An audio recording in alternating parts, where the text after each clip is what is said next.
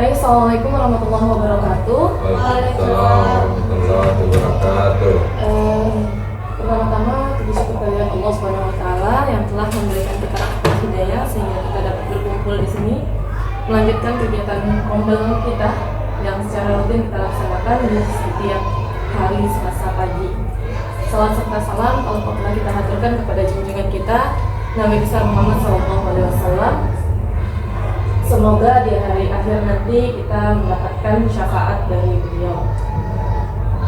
Baik teman-teman, sesuai agenda yang sudah dibahas sebelumnya bahwa hari ini saya akan melaksanakan kegiatan berbagi praktik baik terkait dengan multimedia pembelajaran interaktif yang telah saya buat.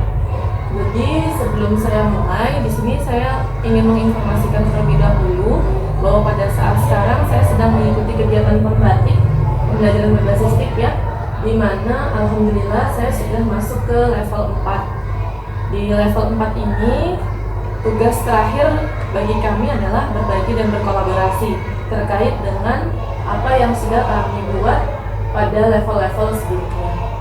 Nah, jadi yang saya buat yaitu multimedia pembelajaran interaktif yang saya beri nama Petualangan Sonun ini adalah akronim dari Sobat Numerasi. Jadi memang sengaja saya menggunakan kata numerasi karena background saya sebagai guru matematika. Jadi ini sekilas tampilannya. Namun sebelum saya membuat ini, otomatis di awal ini nggak perlu lah ya. Nama asal sekolah jelas sudah. Jadi untuk kelompok Kalimantan Utara itu adalah kelas 16 ya. Nah, kemarin saya kelompok 1 setelah melaksanakan webinar wajib yang harus kami lakukan. Nah, ini adalah yang akan saya jelaskan. Seperti biasa sebelum kita melaksanakan sebuah inovasi, pastinya kita harus mencari tahu dulu, mengidentifikasi terlebih dahulu apa sih kekurangan di kelas kita, apa sih yang masih butuh dikembangkan di kelas kita. Sama juga ketika saya mengembangkan inovasi pembelajaran dengan petualangan Sonu ini. Jadi saya lihat dulu latar belakangnya di pelajaran saya, terkhususnya di bidang matematika. Nah, latar belakang pertama adalah pelajaran matematika yang masih dianggap sulit dan menyeramkan sama peserta didik. Gak bisa dipungkiri bahwa pelajaran saya adalah salah satu pelajaran yang menjadi pelajaran yang tidak disukai, banyak yang tidak suka.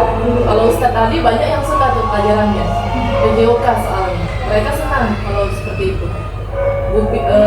Ustazah Jumlah juga, mereka senang karena pelajaran saya.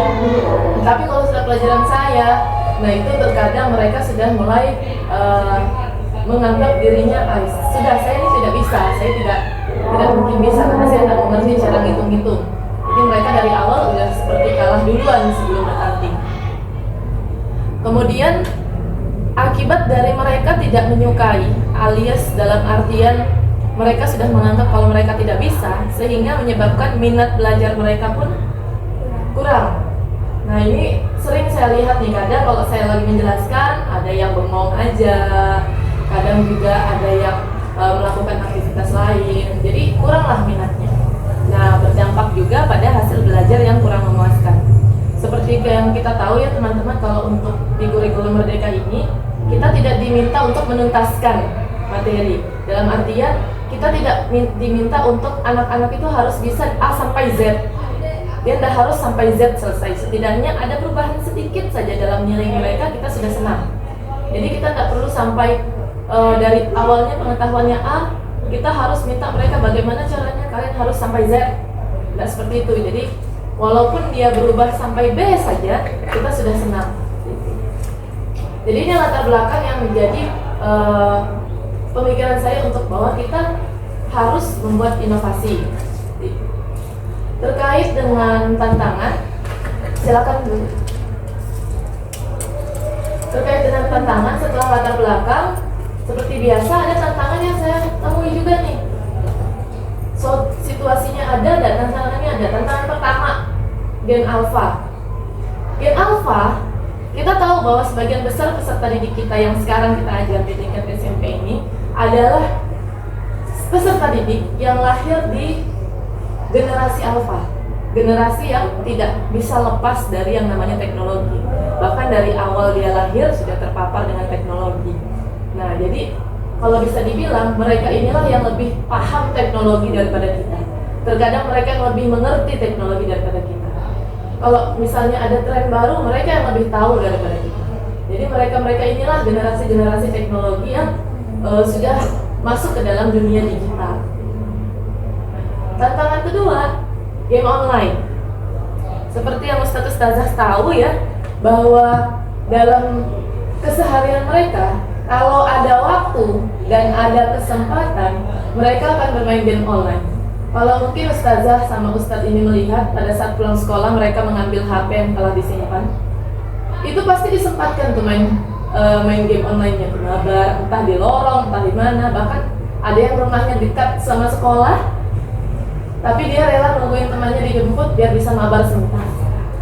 Jadi ini udah sering nih, makanya kemarin 17 Agustus kemarin kita buat game perlombaan game online. Tantangan ketiga, bantuan Chromebook. Alhamdulillah sekolah kita menjadi salah satu sekolah yang dituju pemerintah untuk diberi bantuan Chromebook sebanyak 15 unit. Nah, bantuan Chromebook ini itu menjadi aset kita yang harus kita manfaatkan. Jadi selain HP yang dipegang siswa, Chromebook yang ada sama kita itu bisa kita jadikan aset untuk kita gunakan sebagai bahan atau media pembelajaran yang bisa kita buat di dalam kelas. Jadi ini adalah tantangan-tantangan yang saya rasa kita semua dapat nih. Entah pelajaran saya, pelajaran di Ustazah Pipin, Ustazah Indah, Ustaz tadi, semuanya dapat nih tantangan-tantangan. Nah, dari situasi dan tantangan yang ada, saya mulai berpikir inovasi apa yang cocok, inovasi apa yang sesuai. Untuk membuat inovasi, kita kembali ke falsafah dari guru kita ya, Ki Hajar Dewantara, yang mengatakan bahwa dasar pendidikan anak itu berhubungan dengan kodrat alam dan kodrat zaman. Nah, kodrat alam itu apa sih? Kodrat alam yang dimaksud di sini adalah lingkungan belajarnya anak didik kita. Sementara kodrat zaman itu adalah zaman di mana mereka hidup. Jadi berdasarkan Ki Hajar Dewantara, kita harus melakukan pembelajaran itu berdasarkan kodrat alamnya atau lingkungan belajarnya, atau berdasarkan kodrat zamannya. Di zaman seperti apa mereka ada sekarang. Jadi nggak bisa lagi nih kita kembali ke zaman dulu di mana guru adalah satu-satunya sumber belajar. Sekarang sudah zamannya siswa lah sumber belajar. Sementara guru adalah sebagai fasilitator yang bisa membantu atau mengarahkan mereka untuk belajar. Seperti itu. Lanjut dari falsafah Ki Hajar Dewantara ini, kemudian dari terkait dengan masalah, kemudian terkait dengan tantangan yang ada, maka muncullah ide untuk membuat sebuah inovasi. Sebelum masuk ke dalam inovasi, sebenarnya kita sudah melakukan nih perubahan-perubahan di dalam kelas. Saya yakin ustazah juga sudah pernah, seperti melakukan diskusi. Zaman dulu nih kita sudah sering melakukan, bahkan zaman sekarang juga masih kita lakukan. Mind mapping, kita minta mereka membuat mind mapping, kemudian kita meminta mereka untuk melakukan presentasi. Sebenarnya hal-hal seperti ini sudah pernah kita lakukan. Kemudian ada tahun lalu, awal-awal saya belum mengerti terkait dengan pembelajaran berbasis TIK. Saya pengen tuh buat game matematika nih, namanya solve the puzzle. Cuman saya belum ngerti tuh terkait dengan TIK. Saya belum ngerti quizzes, saya belum ngerti word wall, saya belum ngerti Kahoot. Intinya saya belum mengerti lah cara membuat game-game seperti itu.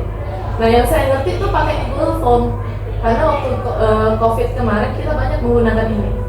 Jadi saya buat gamenya di sini, yang solve the puzzle, yang dimana waktu itu anak-anak mencari puzzle di sekitar sekolah. Dari ini kemudian saya ikut pembatik di mana level 2 itu saya mendapatkan nih aplikasi ini. Aplikasi ini sejujurnya baru saya tahu pada saat mengikuti pembatik. Pada saat pembatik kemarin saya mengenal word wall. Oh, ternyata menyenangkan dan bisa digunakan. Kemudian ada juga yang namanya quizzes. Ada juga yang namanya Kahoot. Nah, di sini sepertinya teman-teman juga sudah mulai menggunakan ini. Nah, itu adalah salah satu inovasi ya teman-teman. Kalau bisa diperhatikan, gaya belajar kita zaman dulu sampai cara kita mengajar zaman sekarang itu sudah mulai berubah. Arahnya sudah mulai ke arah teknologi atau digital. Berdasarkan yang ada ini, kemudian saya berpikir di level 3 kemarin saya ada belajar lagi terkait dengan multimedia pembelajaran interaktif. Multimedia pembelajaran interaktif, apa itu? Namanya multimedia, berarti di dalamnya ada suara, ada gambar, ada video, ada tampilan yang menarik yang bisa membuat peserta didik senang. Nah, pembelajaran interaktif, jadi dalam satu MPI atau multimedia pembelajaran interaktif, bisa kita singkat MPI, itu bisa kita rangkum dalam satu buah pembelajaran. Atau kalau teman-teman mau dalam satu bab pembelajaran pun bisa kita buat dalam satu MPI. Jadi nanti kalau kita mau belajar, anak-anak tinggal kita suruh aja masuk ke linknya, suruh aja mereka tinggal klik linknya, mereka tinggal belajar mandiri. Nanti kita tinggal mengawasi. Jadi kita sudah buat memang, jadi kita tidak ada lagi menulis di papan tulis atau bagaimana. Kita tinggal mengarahkan, kalau ada pertanyaan dari anak-anak, kita tinggal berkunjung dan menjelaskan. Nanti sebentar akan saya jelaskan modelnya seperti apa. Buatnya pakai apa? Nah, untuk buatnya bisa macam-macam. Salah satu aplikasi yang bisa digunakan adalah Geniali ini. Dari Canva pun bisa. Dari Geniali juga bisa, tapi saya pakai Geniali kemarin. Ada beberapa aplikasi yang ditawarkan, dan salah satu yang saya pakai adalah Geniali. Kenapa saya pakai Geniali? Karena saya rasa lebih mudah aja, lebih gampang aja aksesnya. Dan alhamdulillah di kota kita, di kota Tarakan, untuk akses internet itu alhamdulillah cukup mudah, sehingga Geniali ini bisa saya gunakan dengan cukup mudah. Kemudian aset-asetnya ini dari mana? Nih yang hiasan-hiasan ini, muka-muka comelnya ini, tulisan-tulisan ini saya dapat dari mana? Saya ekstrak semua dari Canva. Teman-teman pasti sudah tahu kalau Canva itu punya aset-aset yang sangat bagus. Jadi teman-teman bisa ambil dari Canva, tinggal dimasukkan ke dalam Geniali. Lalu tadi saya menjelaskan bagaimana caranya mendistribusikan link ke anak-anak. Saya gunakan Google Classroom. Ingat teman-teman, zaman COVID kemarin kita pakai Google Classroom, banyak sekali kita pakai Google Classroom.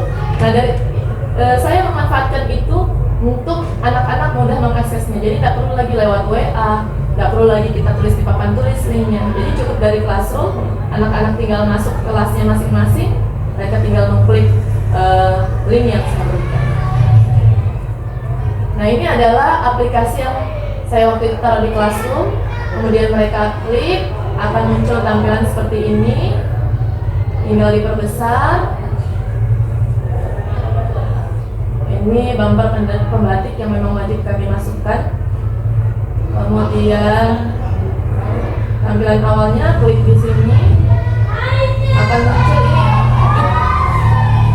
Akan muncul ini. Jadi konsepnya petualangan. Jadi kata-kata yang di dalamnya, teman-teman terserah bebas nih mau buat apa. Kalau misalnya saya pakai konsep petualangan. Nah, kalau teman-teman mau pakai konsep universe kah, atau mau pakai konsep terkait dengan kedokteran kah, atau kepolisian kah, lapor kah, atau yang unik-unik boleh. Kalau saya pakai konsep petualangan, jadi kata-kata yang di dalamnya saya ganti dengan istilah-istilah petualangan, penjelajahan dunia geometri. Padahal kan kita mau belajar geometri aja nih, nggak perlu pakai kata penjelajahan, cuma biar seru aja kata-katanya diganti. Sebelum masuk, anak-anak dikenalkan dulu, ini tombol apa sih, ini tombol apa, biar mereka paham. Sama seperti kalau kita main game.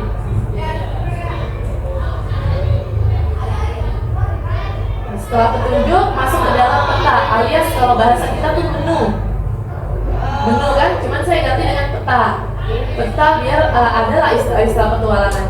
Kemudian ini kreator harus ditampilkan ya teman-teman, jadi kasih masuk tuh informasi terkait dengan teman-teman.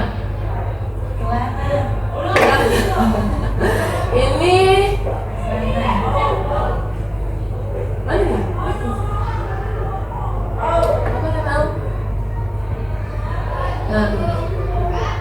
Nah, ini adalah sosmed yang sengaja saya buat.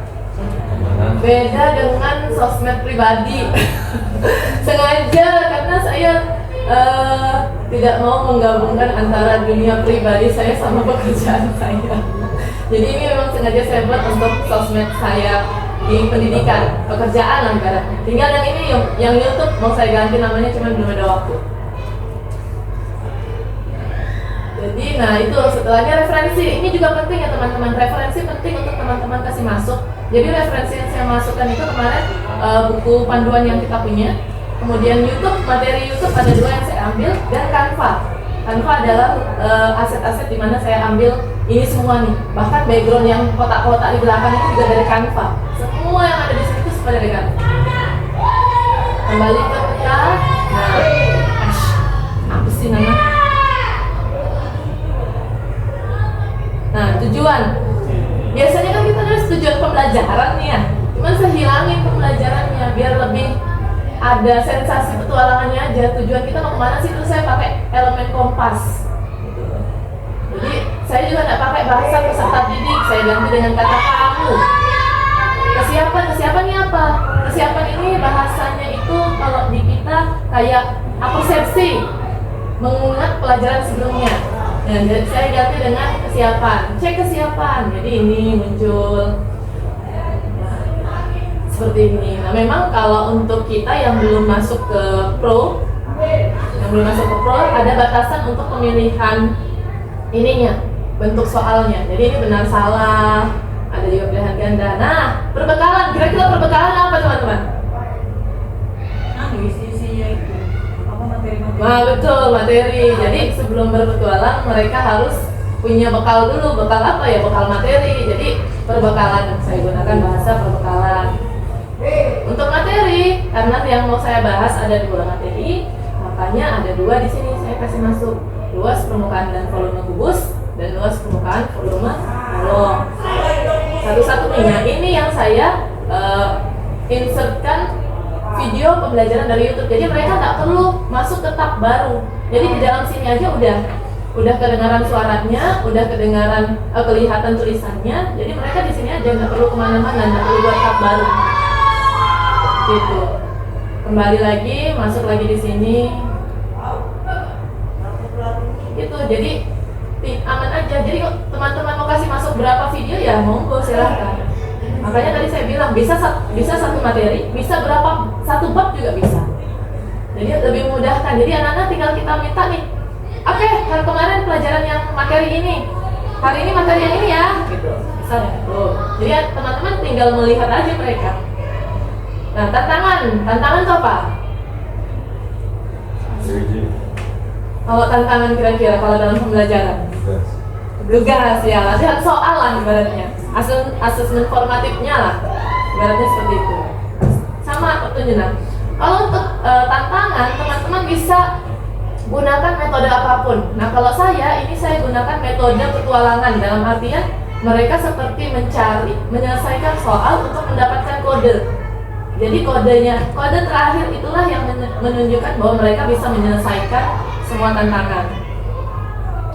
Nah, buat nih kalau misalnya teman-teman pakai universe, berarti ganti pertanyaan pakai universe. Di mana saya dapat? Canva lagi. Semuanya di Canva. Nah, ini nih. Mungkin teman-teman lihat ada 4 ya di sini. Nah, di sini ada ini 1. Sharing.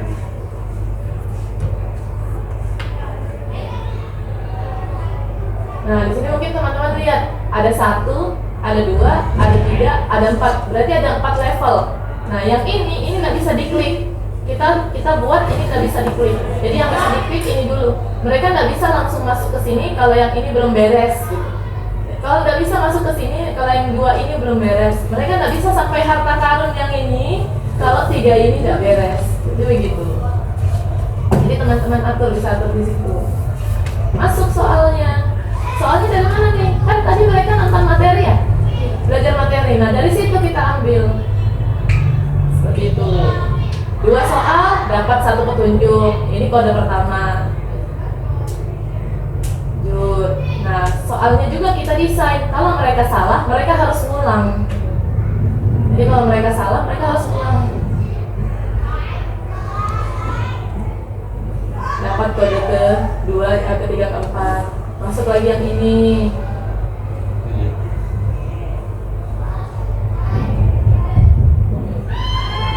sini jika kita menggunakan MPI, kita betul-betul hanya sebagai fasilitator saja. Jadi student center itu betul-betul kita laksanakan.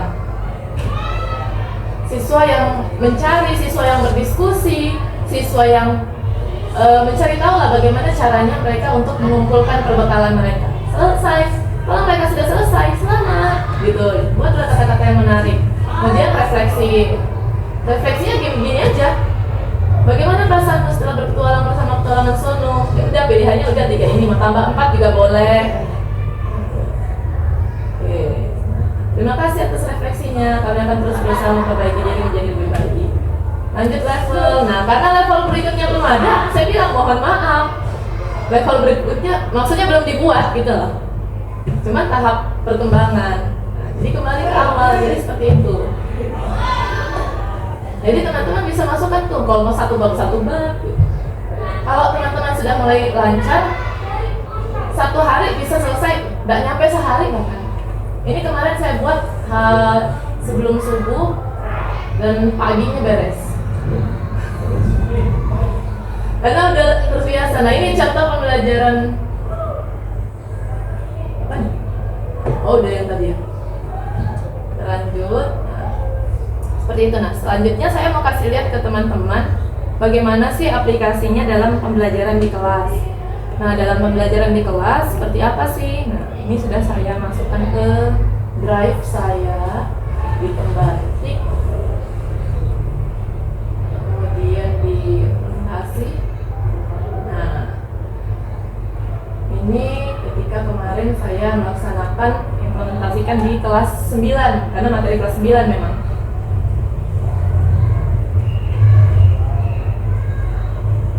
Ada suaranya?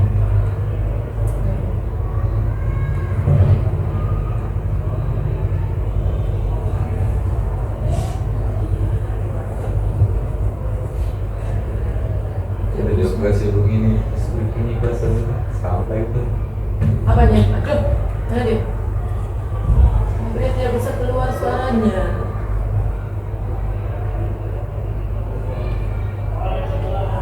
Sambil seperti biasa teman-teman diawali dengan kegiatan awal, salam, berdoa, lalu cek kehadiran, ice breaking. Kemudian setelah ice breaking kita jelaskan dulu sedikit, jangan langsung dikasih, nanti mereka kaget. Jelaskan dulu apa sih yang harus mereka lakukan. Kemudian bagi kelompok, pembagian kelompoknya bagaimana? Nah, di sini pendifferensiasian. Teman-teman ingat diferensiasi pembelajaran ada berapa? Yang kemarin kita belajar ada 3, ada proses, ada konten, sama produk. Nah, yang saya lakukan di sini adalah diferensiasi proses, di mana anak sebelumnya saya sudah laksanakan asesmen awal. Saya dapat tuh anak yang sudah mahir, anak yang paham sebagian, anak yang belum paham sama sekali. Jadi dalam proses pembagian kelompok saya gabung, saya campur anak-anaknya. Jadi yang paham utuh, paham sebagian, sama belum paham sama sekali saya gabung satu kelompok. Begitu semua. Jadi tujuannya adalah yang paham utuh ini bisa mengajari teman-temannya. Nih lihat. Jadi mereka yang berdiskusi. Saya mah cuma bolak-balik. Itu saya cuma bolak-balik aja. Mereka diskusi. Jadi semua mereka fokus. Nah, yang saya harapkan di awal, ingat masalah awal saya tadi, di mana anak-anak itu tidak suka sama matematika, terus anak-anak itu minat belajarnya kurang, hasil belajarnya rendah. Mulai ada perubahan ternyata setelah kita melaksanakan kegiatan berbasis MPI ini, basis TIK. Jadi walaupun saya tidak kemana-mana, tidak hampiri mereka tetap berdiskusi di ujung sana.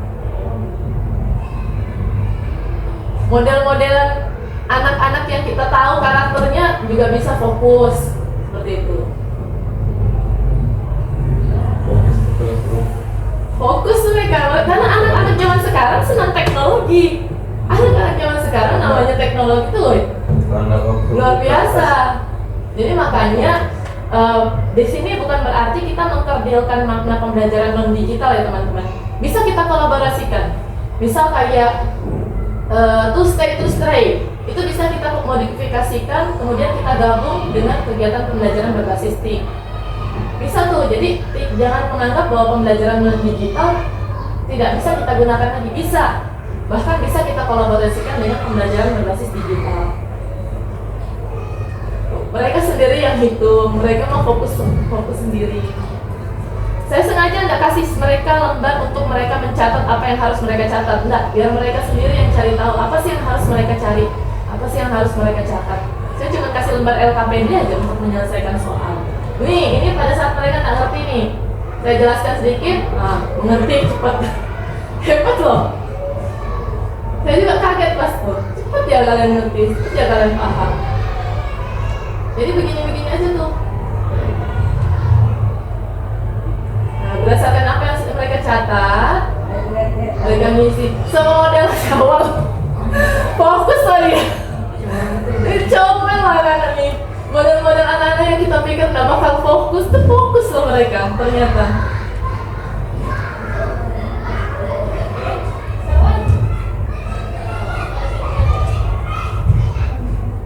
Jadi apa yang saya tunjukkan, nah itu, mereka dapat jawabannya, mereka tuliskan di LKPD jawabannya.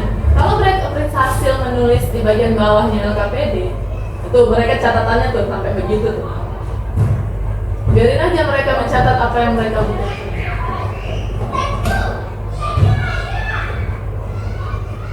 Jadi LKPD-nya seperti itu. Nah selesai, kumpul seperti biasa, lalu saya berikan refleksi. Ada 2 refleksi yang saya kasih, refleksi pribadi, jadi mereka merefleksikan diri mereka pribadi, sama refleksi antar teman. Jadi kan ada 2 temannya nih kanan kiri. Nah dia refleksikan teman saya si A, teman saya si B, bagaimana sih cara kerjanya di kelompok. Nah ini mereka sengaja nih main-main nih, Aisyah dan tak anu. Ya kayak gitu-gitu. Setelah selesai refleksi, udah selesai lah pembelajaran. Habis itu saya kasih penguatan sedikit sebelum menutup pelajaran. Setelahnya pelajaran ditutup dengan doa dan selesailah pembelajaran pada hari ini. Nah, ini untuk satu materi. Kebetulan kemarin saya buat untuk satu materi saja, satu pertemuan satu materi. Kalau teman-teman mau buat dalam satu FPI itu satu bab, atau misalnya nggak usah satu bab 5 materi lah, bisa.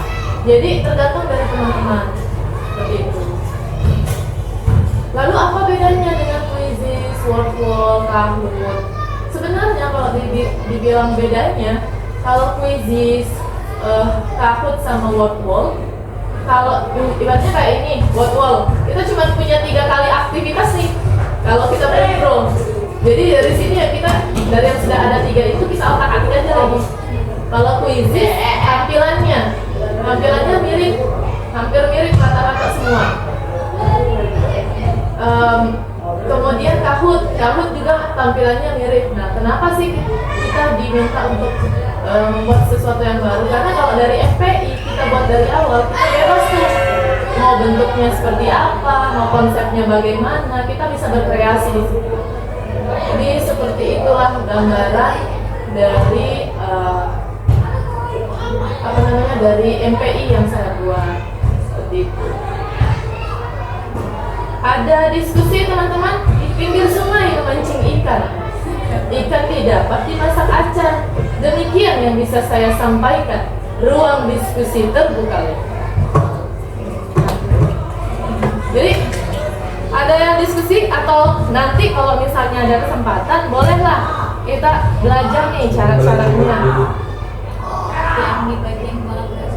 Yang bagian kolaborasinya ya sama ya Bu Indah. Kalau yang kemarin itu kan yang kayak kemarin saya buat mana ya?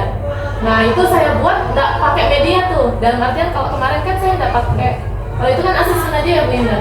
Nah kalau yang asesmen aja, nah bisa kita buat kegiatannya itu bukan MPI, tapi hanya fokus ke game aja.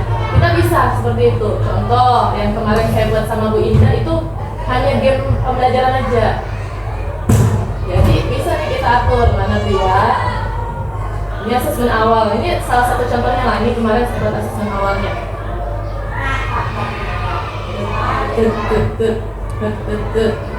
Kalau jaringan bagus cepat ya nih. Begini tidak terus. Jaringan kita kenapa teman-teman? Nah, gampang ya teman-teman untuk yang pembuatan ini teks, gambar, ini research itu saya nggak terlalu suka research di sini sih. Jadi banyak kan saya ngambil dari image, di image-nya saya import dari Canva. Interaktif elemen tuh kayak misalnya go to page-nya, link-nya lah, bukan hyperlink. Interactive question itu tempat dimana kita bisa memilih soal. Karena saya premium, saya cuma bisa mengambil 1, 2, 3, 4 ini saja.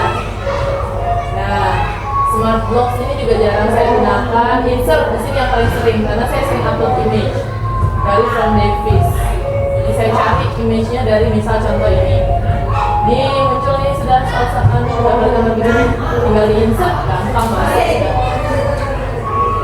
Nah, ini misalnya ini, saya buat di Canva, saya taruh di situ, tinggal klik ke situ. Background, page. Nah, untuk page-nya sudah saya buat. Coba kita tampilkan ya. Bisa.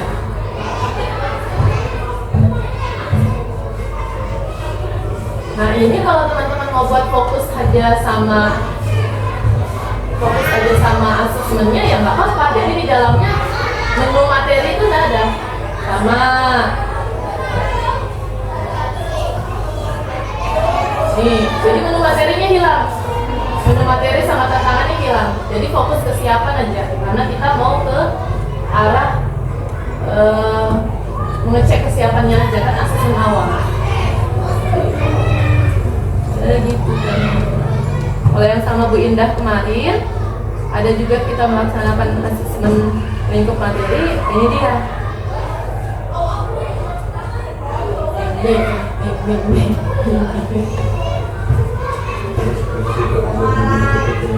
Apa ya? Kalau mau buat PPT banyak di sini. Nih, apa? Menu di situ. Teman-teman, kalau mau buat yang masih bingung, masih nggak ngerti lagi, mau buat MPI pakai Canva bisa. Jadi ada berbagai macam materi yang dikasih. Nah ini apa? Ya yang ini. Ini yang kemarin.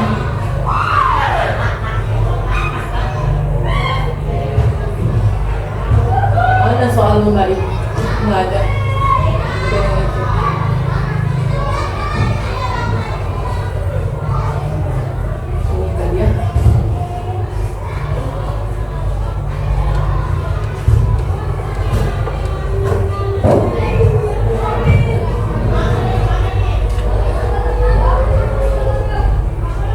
Dalam setiap inovasi pasti ada kelebihan, ada kekurangan. Cuman kekurangannya ini saya rasa karena kita belum upgrade ke aja sih ini. Belum upgrade ke yang premium, makanya kita agak kesulitan untuk mengakses menu-menu yang memang terbatas. Jadi seperti ini. Mungkin nanti kalau misalnya tahun depan mau pakai background baru ya boleh. Kayak gini, ini saya buatkan, tinggal buat aja layarnya bagaimana dari YouTube seperti itu. Nah kalau ini soalnya dia mau mengurutkan, jadi ini tarik ke atas ke bawah sesuai dengan urutan ini. Jadi ini kalau kita pas tampilkan, nah ini kira-kira urutan apa yang mana? Ayo, apa di atas? Terus kita tinggal tarik ke atas. Bawah, Risma, naikkan ke atas. Sudah cocok? Belum, balok naik ke atas. Setelah dirasa cocok, selesai. Jadi untuk permainannya lumayan. Nah ini yang mana yang dipilih? Jadi seperti itu teman-teman. Ada diskusi? Cukup? Kalau cukup, di sini saya ingin menekankan juga sedikit bahwa saya tidak ada sama sekali untuk mengkerdilkan metode pembelajaran yang non-digital ya. Dalam artian pembelajaran non-digital itu juga bagus. Hanya saja ada sesuatu inovasi pilihan baru nih, yaitu inovasi pembelajaran berbasis digital yang bisa teman-teman gunakan. Bahkan jika teman-teman mau, teman-teman juga bisa nih inovasi pembelajaran yang digital, teman-teman kolaborasikan dengan metode pembelajaran yang non-digital. Contoh, to stay, teman-teman gabungkan dengan kegiatan digital, misalnya gamenya ya dari internet, dari yang teman-teman buat berbasis stick, tapi model mereka mengerjakan to stay atau relay ganti-gantian, itu juga bisa, biar ada juga pergerakan mereka di dalam kelas. Atau kalau teman-teman mau buat di luar kelas juga nggak seperti itu. Mungkin itu saja yang bisa saya sampaikan teman-teman. Semoga apa yang saya sampaikan ini bisa bermanfaat untuk kita semua. Dan saya juga mau mengajak teman-teman, jika memang ada kesempatan dan waktu yang memungkinkan, tahun depan ayo ikut pembatik untuk lebih mempelajari, karena saya yakin tahun depan pasti ada teknologi baru nih. Karena sekarang kan ada lagi yang baru-barusan nih, AI. Tapi mempelajari AI sudah kemarin, cuman saya tidak masukkan di sini, paling cuma mencari sesuatu. Bisa jadi tahun depan nih AI nih yang mau ditingkatkan, karena AI tahun ini sangat-sangat perkembangannya sangat-sangat luar biasa. Jadi kalau ada kesempatan, ada waktu, ayo ikut pembatik. Mungkin cukup. Saya akhiri. Wassalamualaikum warahmatullahi wabarakatuh. Assalamualaikum warahmatullahi wabarakatuh. Saya Ajinda Ramadan, salah satu guru di SMP Muhammadiyah 1 Pelestarakan. Dari hasil berbagi praktik baik yang disampaikan oleh Ibu Nurlina tentang bagaimana menerapkan MPI di pembelajaran kelas, kami merasa bahwa MPI sangat membantu guru-guru untuk memberi pelajaran yang inovatif, terutama bagaimana membuat siswa tertarik dengan pembelajaran dan tertantang dalam mengikuti pembelajaran.